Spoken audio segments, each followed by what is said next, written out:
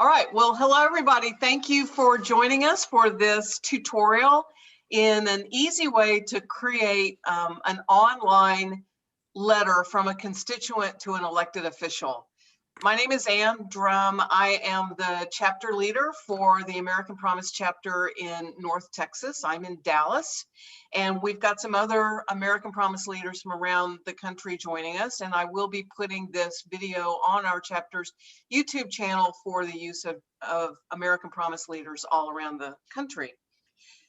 So I want to give you a little background, and I'm going to share my screen to tell you a little story. I am also a volunteer for Citizens Climate Lobby. And one of the things that we have done for years in Citizens Climate Lobby is collect constituent letters that we then deliver to offices of elected officials when we go in for lobby day. And typically we collect these letters the old-fashioned way. We go to tabling events and we stand around at a table with our clipboards and our pens and our smiling faces, and we invite people to write a letter to their elected official about our topic, which was climate change. So I am not the only American Promise volunteer who kind of jumped on that idea from CCL and appropriated it for American Promise. So this is the version of the letter which I intended to use last year and this year at tabling events before COVID shut us down and made us do everything online. So as you can see, there's a big blank space there where typically we would hand people the letter on a clipboard with a pen and ask them to write in their own words why they want their elected official to act on that issue. So this is what we're trying to replicate with this online version. And one of the things that I like about our online version is that we are doing it using tools that are basically available to everybody at no additional cost. So you don't have to subscribe to any fancy software to do it. So here's what I'm going to suggest. Everybody is unmuted. That's good. Just stay unmuted. We're a small group.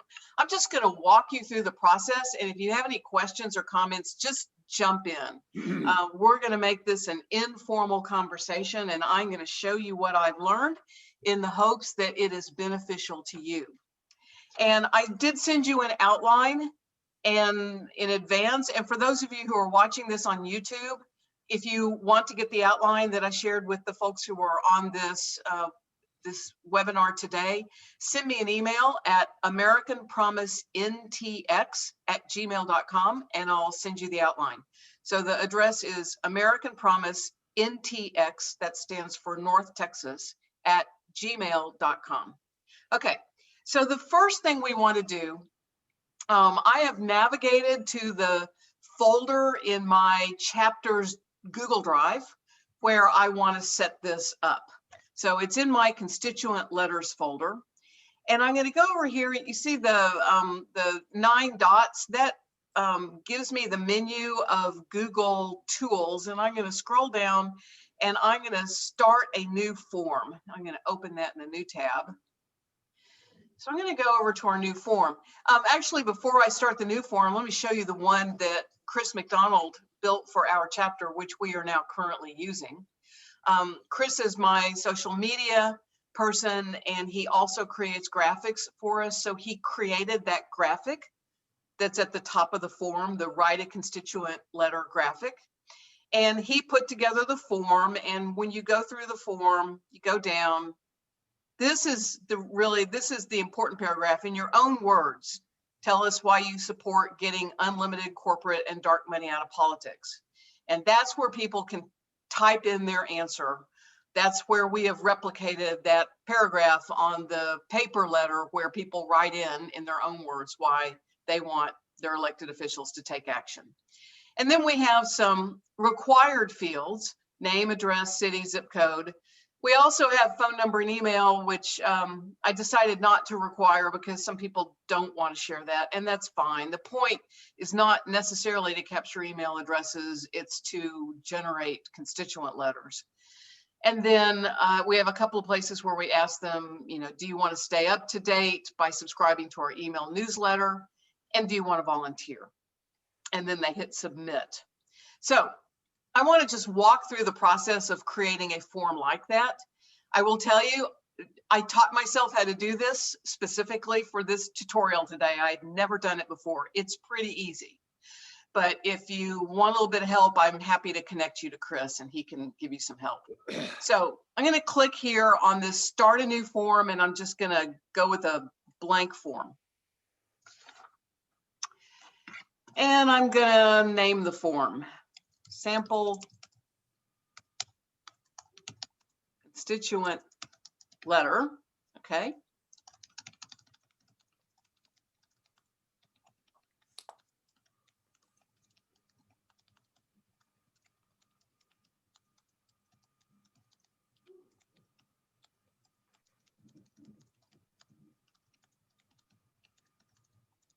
Okay, so this is the form we'll use to generate personalized letters to elected officials, and then we'll explain a little bit more about the project. Also tell them what some fields are required. We do explain in the form that that we need your address so that we can look up your districts and make sure we deliver your letter to the correct offices. And then we also say, we encourage you to give us your email and phone number because sometimes the offices want additional information to verify that you are a constituent and to communicate with you. So anyway, that's kind of the explanatory text. And then we start asking questions, okay?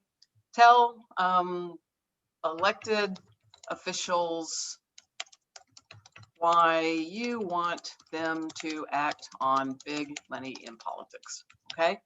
And then I'm going to tell the form what kind of answer. So it's going to be a paragraph. There are, you know, it can be a short answer, paragraph, multiple choice. This, I'm going to say it's a paragraph. And I'm going to click here to require it. Okay, it's pointless for them to fill out the form unless they're going to answer this question. And then I go up to this plus to add another question. All right. And actually, everything else I want after that is just the identifying information. So name, and it's a short answer, and that's going to be required. And then we're going to add address, and it's going to be a short answer, and it's going to be required. City, let's go down the same thing. And we definitely want the state because, you know, the link may get passed around outside of Texas, and that's fine. If we get letters from people outside of Texas, we will convey the letters to chapter leaders where those people are located. All right, and then I'm going to say subscribe to email list, question mark, and I'm going to do a yes and a no as the options, and I'm not going to make that, well, yeah, let me go ahead and make that required. And then, oh, okay, subscribe to email list, and then I'm going to make, do you want to volunteer? I'm going to make that a multiple choice with yes or no as the options. And then a couple of more fields I forgot. Let's go ahead and ask for their phone number, but that's a short answer, but I'm not going to require that. And I'll ask for their email address, short answer, but I'm not going to require that. Okay, so I've completed my form. I've given them the instructions. Here's their personalized statement, name, address, city, state, zip. Do you want to subscribe to email list? Do you want to volunteer? What's your phone number? What's your email address? I think my form is complete.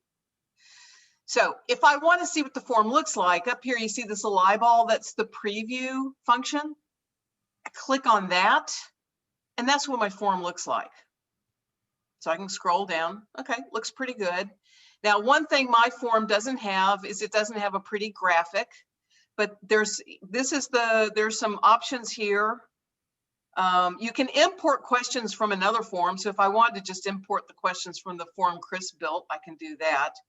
Add title and description. Here's where I can add an image. So, you know, if I've got a graphic that I want to put in my form, I can use that.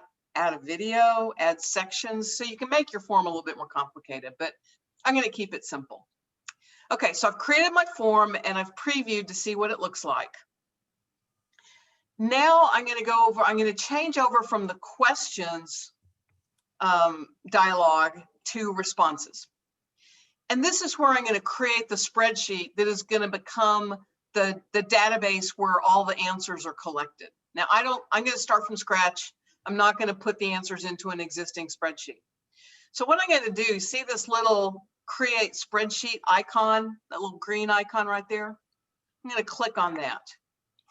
And I'm going to choose create a new spreadsheet. And I'm going to give it sample constituent letter responses. Okay. And I'm going to create the spreadsheet.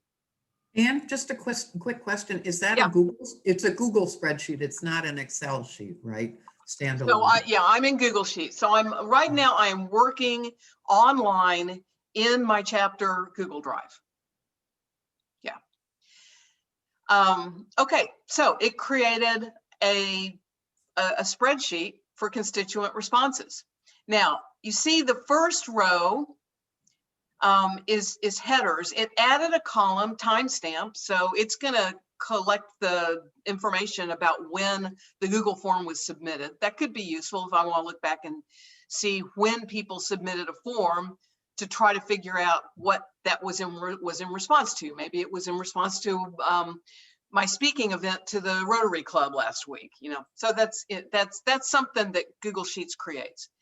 The rest of these headers are just imported from the form I created. This one's kind of long. Tell elected officials why you want them to act on big money in politics. I'm going to change that, and I'm going to call that personal text. And in a minute, I think you're going to understand why I decided I wanted to change the name of that column. But that's not going to affect the form. And then we've got name, address, city, state, zip. One thing you can consider is having a first name question and a last name question, because then that puts your first and last names in different columns so that you can sort your spreadsheet by last name. Or you can just do that manually, if that matters to you. Okay, so, and you can see for every question in my form, it created a column. Now, sorry, my answering machine is taking a message and it's distracting me. Sorry. Okay, so now we've created the form and we've created the spreadsheet. Let's test the form. So I'm going to go back to this view again, and I'm going to open the preview, and I'm going to just write in. I'm going to test my form. So you know the answer because I talk about it all the time. Okay, so that's my answer. And then I'm going to put in my name.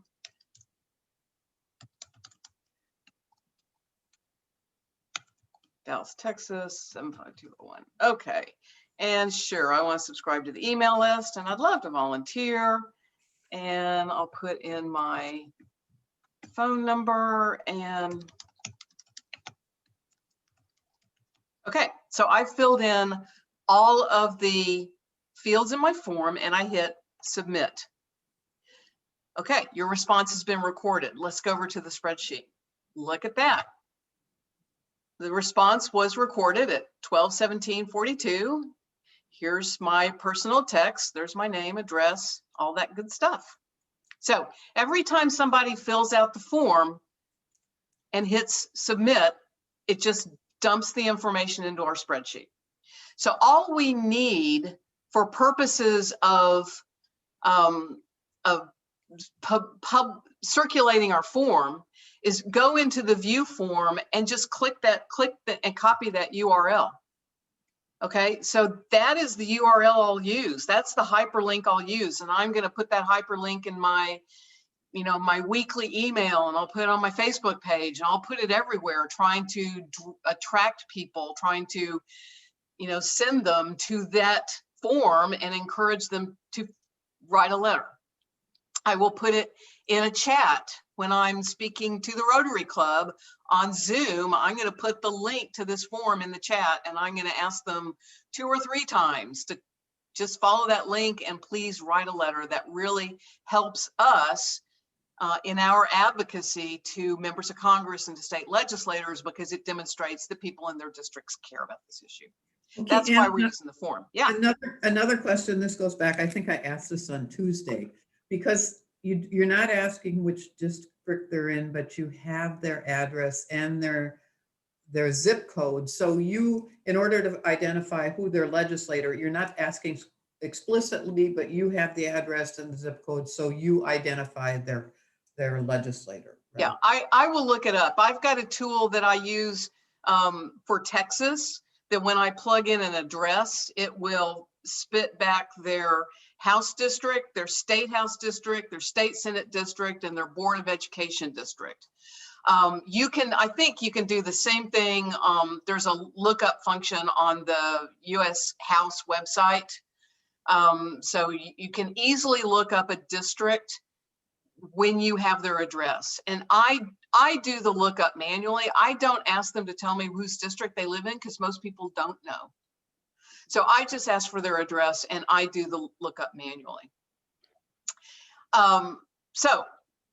So far what we've done, we've created the form, we've created the spreadsheet, we've tested the form to make sure that it's actually dumping the information from the form into the spreadsheet, and we know how to copy the URL so we can publicize our form. Now, the next thing I'm going to do is use the responses in the spreadsheet to generate personalized letters to members of Congress. And here is where I'm going to work on my computer's local drive instead of working in Google Sheets, instead of working online. I do not think you can do this mail merge function working online. I have not been able to figure it out. So the only way I've figured out to do it is actually to work on my desktop using the desktop version of Microsoft Word. And I will tell you also that I'm using a PC and I'm not sure this works on a Mac.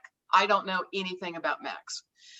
Okay, so what I have done is several things. Let me go, oops. I've created a folder where I'm keeping these documents. And the first thing I've done is I've written my letter. So this is a version of that form that I showed you that we use in tabling. Dear legislator, as a constituent, I respectfully ask you to co-sponsor this is our resolution in the State House. I actually have two versions of this letter. This version references a resolution that we've got in the Texas legislature. The version I use for a member of Congress is just slightly different. It doesn't reference the legislative resolution. It just asks them to support a constitutional amendment. And I did include this in the handout that I sent you yesterday. So you've got the template that we use. So the first thing I've done is I write my letter, which is going to be my template for our personalized letters. And then I download the spreadsheet. So Nancy, you asked me a minute ago, I was working in Google Sheets. And what I've done is I've downloaded it to my local hard drive and opened it as an Excel spreadsheet. Now, I've also done a few things to it. I've added some columns. I've added 3 columns here for the US House, the Texas Senate, and the Texas House. So when I go manually look up someone's address to find out what districts they live in, I can just enter. So I've created 3 samples here for myself with some different pretend addresses. Look them all up, and they're all in US House District 32, Texas State Senate District 16, and Texas House District 108. And then I've also added these 5 columns to track when we deliver letters, because I'm not going to generate all the letters in one fell swoop and deliver them to both legislators and the US House member and both senators. I'm going to deliver them when we go meet with those offices. So I'm pretending that on April 1, I have a meeting in US House District 32 with Colin Allred's staff, and that I want to deliver letters for all the people on my spreadsheet who live in HD 32. So this is just my shorthand way of noting that on April 1, 2021, I'm delivering the letters to House District 32. But I'm not delivering them to anybody else because we're not meeting with any other. As we meet with state legislators or when we meet with the senators' offices on lobby day, then I'll make a notation that I'm delivering the letters at that time. And if you want to add any other things like a notes field is a really good field. Here's why. One of the things you're going to want to keep track of is when people say, yes, add me to your email list. You might just want to put a note that on March 26th, I added them to the email list. Just so you can keep track of that. If they say, yeah, I want to volunteer, you might keep a note that on March 26th, I emailed them to see if we could talk about volunteering. So you can add columns to your spreadsheet and you can sort your spreadsheet. Okay, so now working on my hard drive, I've got my template for my letter and I've got my data source, which is my spreadsheet. Now I'm going to merge them to create the personalized letters. So this is where we're going to use the mail merge function in Microsoft Word. And I'm going to go up here to mailings, click on that, and I'm going to click start mail merge. And then I'm going to use this handy step-by-step mail merge wizard. Makes it really easy.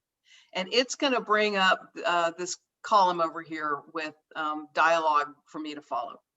So down here at the bottom, step 1 of 6, starting your document. Let's click on that. It says select your starting document. How do you want to set up your letters? And it suggests that you use the current document, and that's what I want to do. So I'm going to accept that suggestion. And I'm going to go down here and click next, select recipients. And I'm going to use an existing list. So I've got my spreadsheet all ready to go. So I'm going to click on that. Now I'm going to go down next, write your letter. All right, this is where we're now going to link the letter to the data source. And so I'm going to go to my hard drive and I'm going to navigate to the place where I have this spreadsheet and I'm going to double click on it. And it's going to tell me, it's going to confirm that that is the data source that I want to connect to my letter. Now, note this checkbox, first row of data contains column headers. And so you'll recall that is the case in my spreadsheet, that row 1 is the headers for all of the columns. One of the things I've learned through experience is that you can't have more than 1 row of column headers. You can't have 2 rows, only 1 row.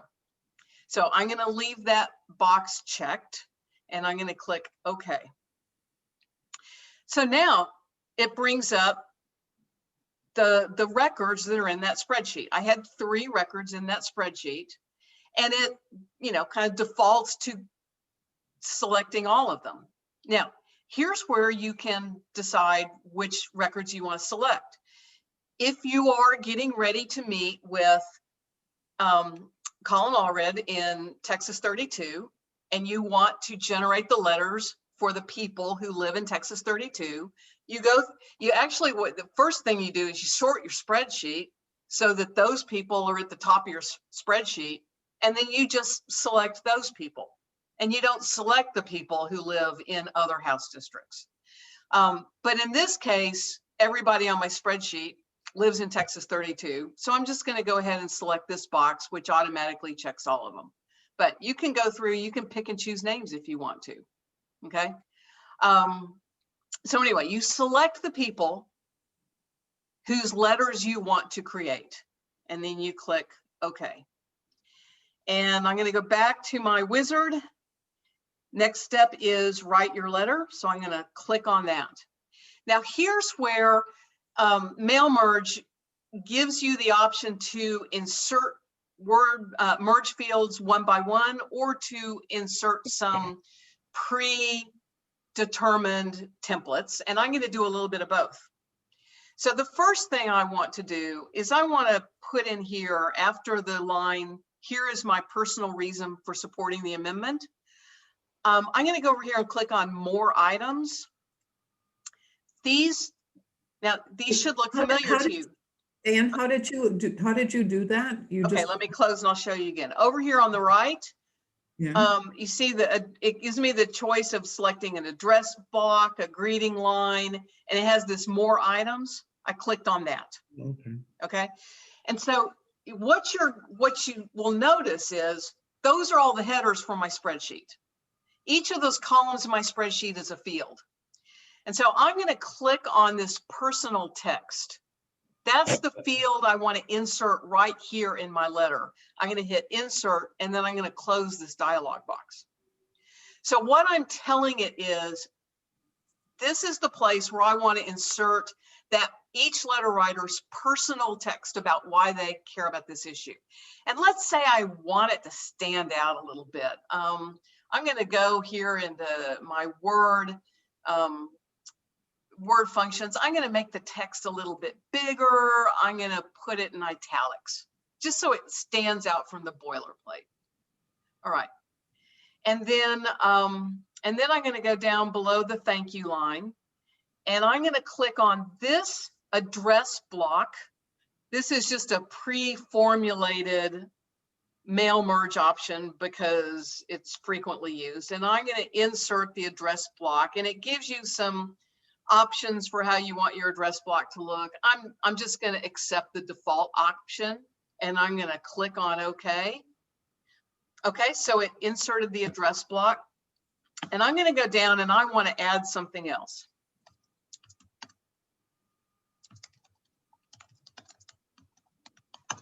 So I'm going to type in the words U.S. Congressional District, and I'm going to go back over here to more items, and I'm going to bring up my fields, and I'm going to insert that U.S. House District field.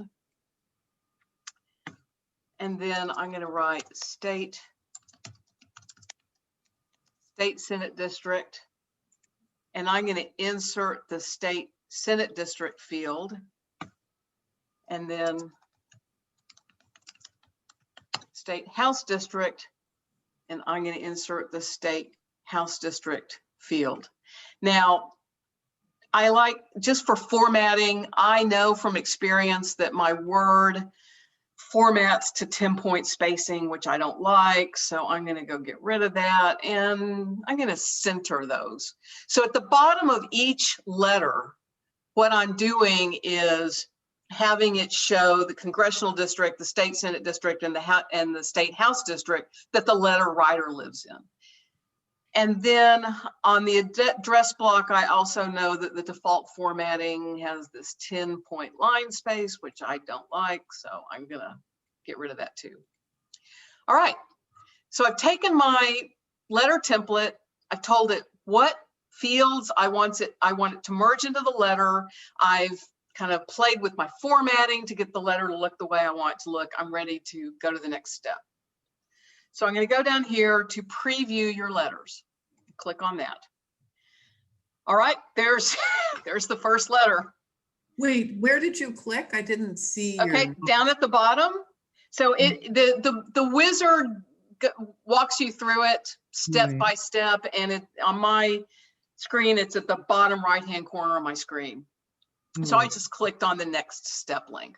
Okay. All right, so here is a letter that Am Drum on Main Street wrote, saying over and over again, there's so many reasons I care about this. And she lives in Congressional District 32, State Senate District 16, and State House District 108. All right, so I think this looks pretty good. I'm ready to complete my merge. So I'm going to go down to the final step down here in the lower right. The next step is complete the merge, and I'm going to click on that. And I'm going to print. And I'm going to print all records. Hit OK. Now, there's a couple of different things I can do. If I want to print paper letters to take to an in-person meeting, then I'm going to choose to print it to my color LaserJet printer and print it in color and print it single-sided, and I'll print a bunch of letters and hand carry them. But our meeting with Colin Allred's office is a virtual meeting, so I'm going to choose this Microsoft Print to PDF option. And I'm going to click OK. All right. And it asks me where I want to, well, let's just overwrite the sample completed letters. Let's just go ahead and save. Sure, I'll overwrite, right.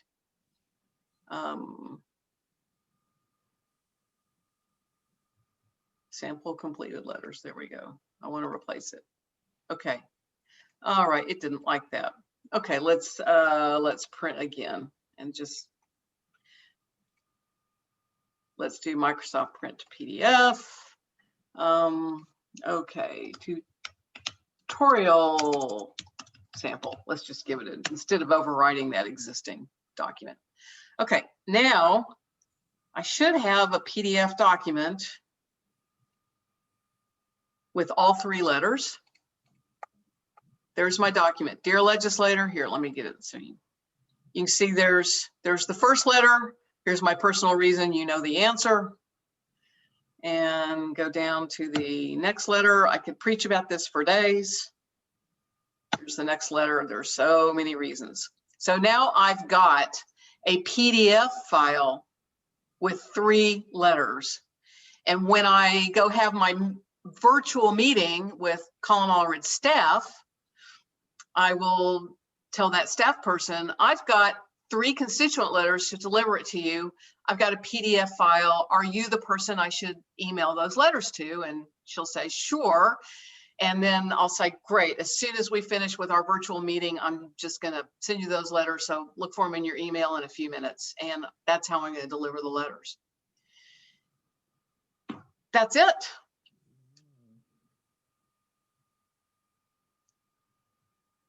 What do you think? I just think that's amazing, because before you would have to put macros in and stuff like that. And this micro, it makes the wizard makes it so easy. Makes it very easy. So you haven't had anyone ask you or say to you, why don't you have the name of the legislator in the address line? We could do that. What you would have to do is you would have to go back to your spreadsheet and you would have to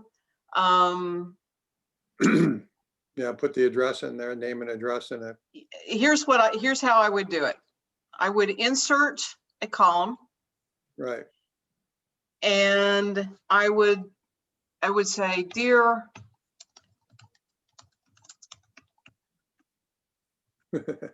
okay, that's what I would do. And then and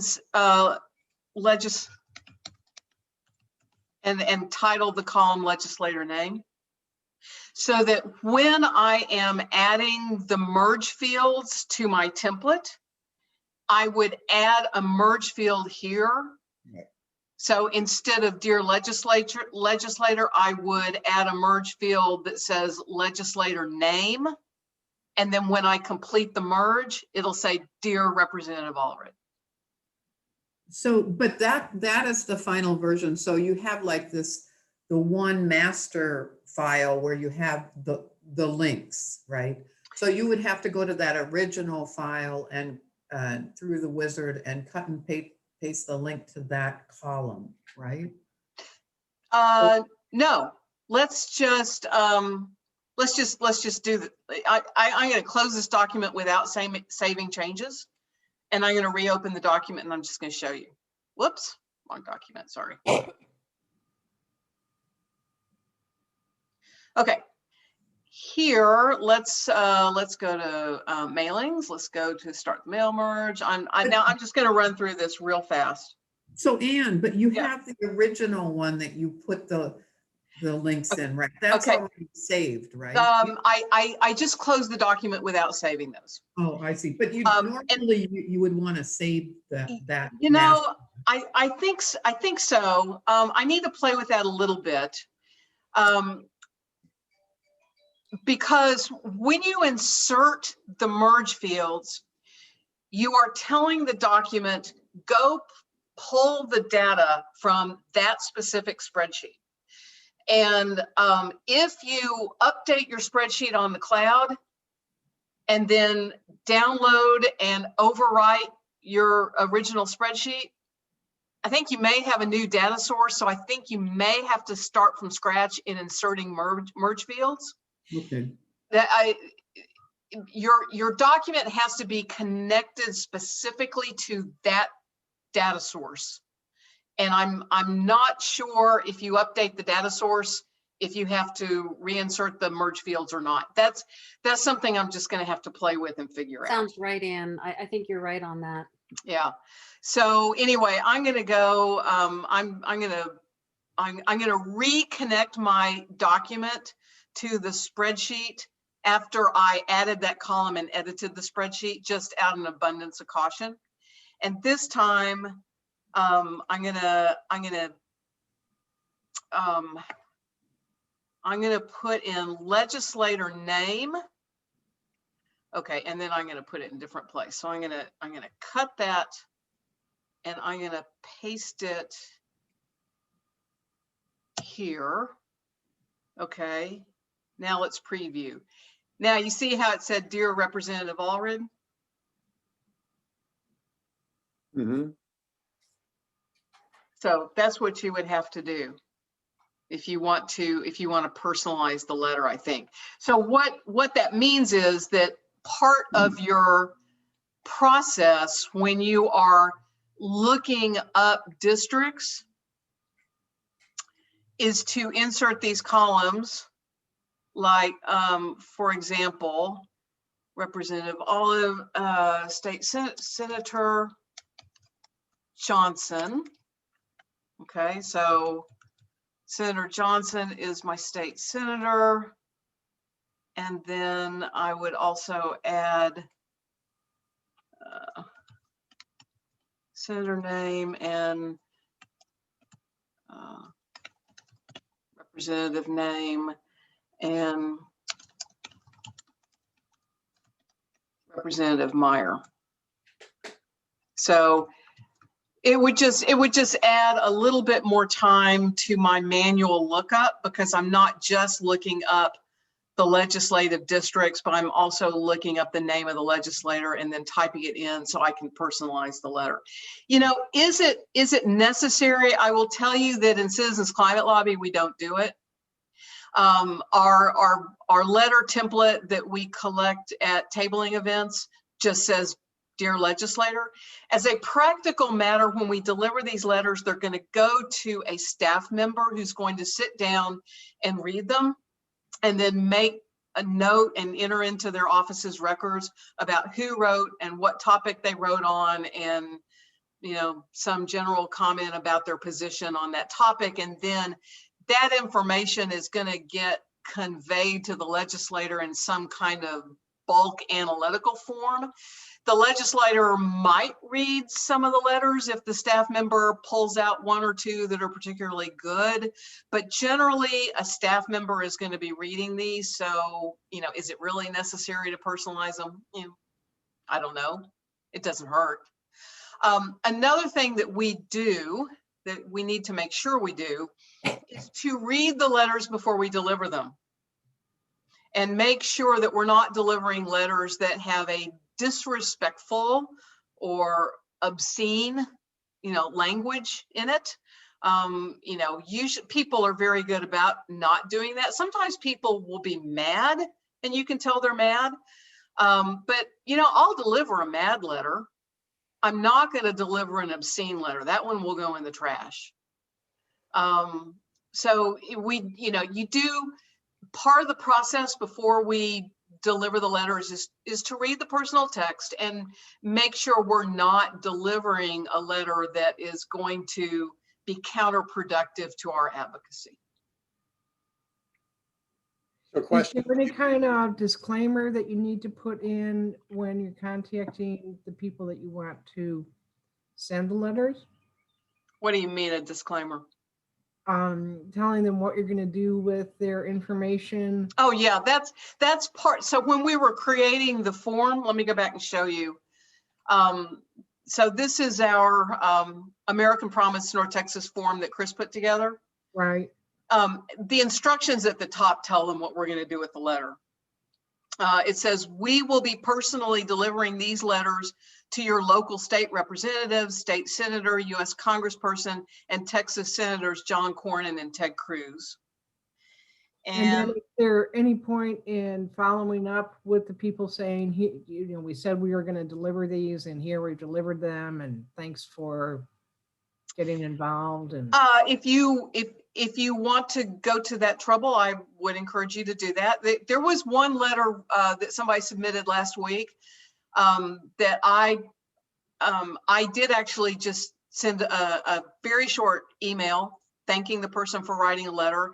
And the reason I sent an email is because that person is a constituent of one of our newly elected members of Congress. And I just wrote an email saying, thanks for writing a letter. We're really looking forward to having our first member with our first meeting with your member of Congress.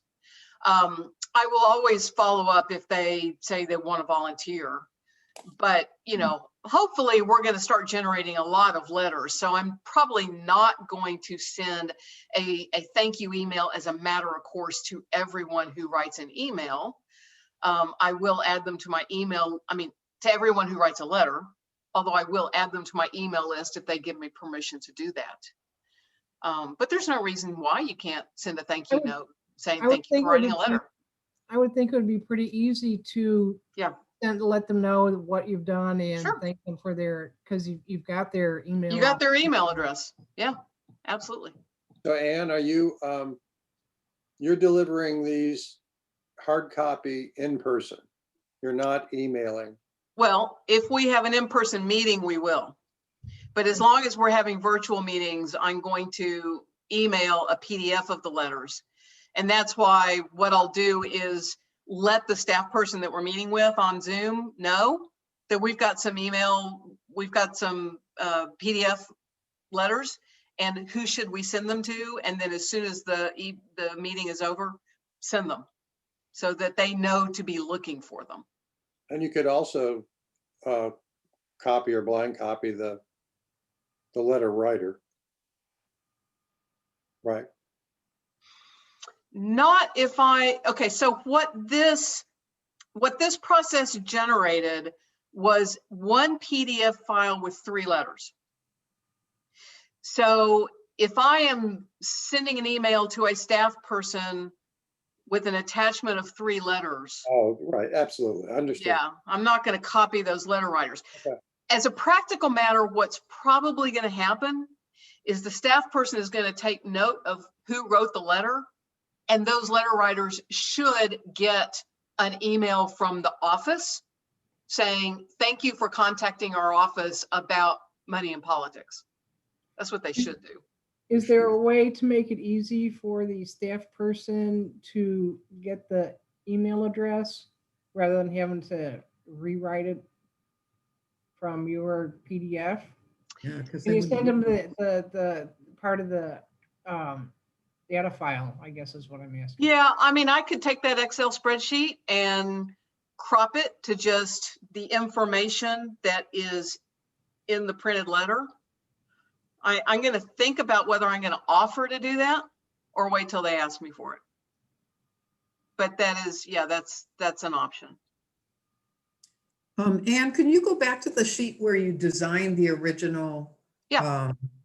There. So if you're here and in your final one, you have, you want to add a box. Where do you, like here you have in your original one, you have that nice thing. And I think that, I'm not sure where Chris got that. I think Azor sent out something that picture of constituent thing. He imported that from someplace on the. Are you talking about this header, this graphic? Yeah. Did he design it or is that Chris, from? Yeah, Chris did that. Oh, I think Chris did that. Yeah, he did that. Okay, I thought I saw it someplace and I couldn't find it on the AP website anymore. No, Chris did that, but I'm happy to send that to you. Oh, that would be great. So in the one that you're designing, when you're saying, okay, if you want to add a box, say like you say below is the template. So you want to, in your draft one, you're going to say, okay, I want to add a box. I forgot to put a box in. Okay, so are we adding a question?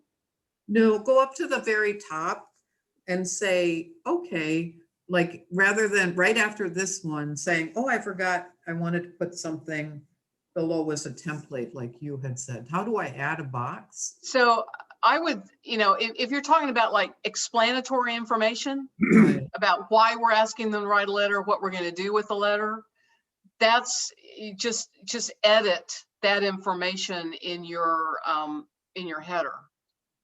Oh, because it looks like in your original one, you have, it's a separate box. It is. And so Chris created two text boxes. And I might have to ask Chris how he did that, because this asks a question, not a text box. This is a section. Maybe this is how he did it. Yeah. With the additional section. And then let's preview and see. But then, yeah, I actually played with that and was having a little trouble. I'm gonna have to ask Chris. I'm sorry, I don't have an immediate answer unless somebody else knows how to do that. Yeah, and then, and I had asked you this, and just because Kathleen and Bill are both from Virginia, I'm going to give a presentation in Winchester next week. I have 15 minutes, and I asked you how, so you're presenting something, and you'll say, oh, would you fill in this, put your thoughts in this, at this link, and we'll just share this with your representative. You want to do it at the very end of what you're talking about, because you don't want them to be typing away while you're talking, right? So what I did, the one time I've used this in a speaking event was a Rotary talk I gave a couple of weeks ago. And so I brought this up at the end of my talk. So that was my ask of my audience, was to write a letter. And so before we went into Q&A, at the end of my talk, I put the link to the letter in the chat. And I asked them to please follow that link and go ahead and just write your letter right now. Because we had about 10 or 15 minutes of Q&A. And I thought, that's a good opportunity. It doesn't take very long, really, for people and I'm telling them, I just want you to write a sentence or two. We're not asking you to write an essay, just a sentence or two about why you care about this, and then fill in your name and address. So it doesn't take very long. And a couple of people did do it like right there during our conversation. And then I think one person copied the URL and did it later. The problem with asking them to do it later is most people just are not going to follow through. So that's why I would just ask them to do it during the discussion period of a presentation. Just do it right there. And just, some people can be writing their letters and other people listening to the Q&A, and that's fine. But you kind of need to get them to do it while it's on their minds before they go back to work and get distracted with other things. And you said you've listed this on Facebook. Have you had much success in getting responses with letters generated from Facebook? Do you know? I don't know yet. I just don't know. Would there be any point in having a paper handout for such meetings in persons, like When I resume speaking in person, yes, I will take the paper versions with me, and I will ask people to fill them out and give them to me right there so I can take them. And people invariably will ask me, can I take it home and mail it to you? And I will say, no, I need you to do it right now and give it back to me. And, usually I'll say, because we got a meeting, coming up very soon. The reality is if they take it home, it's going to sit on their desk and they're going to forget about it. So again, you need to hop on it when people are thinking about it, ask them to just do it right then and there and give it to you. That's my experience in the past, also asking people to fill out even postcards. If they take it home, you never get it back. Yeah. And so, yeah, looks really good. Okay. All right, well, I encourage everybody to do this, try it. Let me know how it goes. And Nancy, I'll send you the graphic. Oh, that would be And- great. Yeah. Yeah, yeah. Maybe, Anne, if you could you connect it to the, I know you sent it as a PDF, rather, or excuse me, as a file. It's not a Google Drive doc. I was thinking attach it to the instructions that you already sent out, but that was a file uploaded, not a Drive link. Yeah, I'll just, Marie, if you want it, I'll send it to you too. And Okay. anybody, watching this later on YouTube, if you want to get the graphic, shoot me an email at americanpromiseNTX@gmail.com. Great. All right. Well, thanks everybody for coming to my little tutorial today. I had fun doing it, and have fun generating letters. Let me know how it goes. Yeah. Thanks, job, Anne. Anne. Great. Thanks. All right. Thanks everybody. Bye-bye. Bye. Bye. Thank you.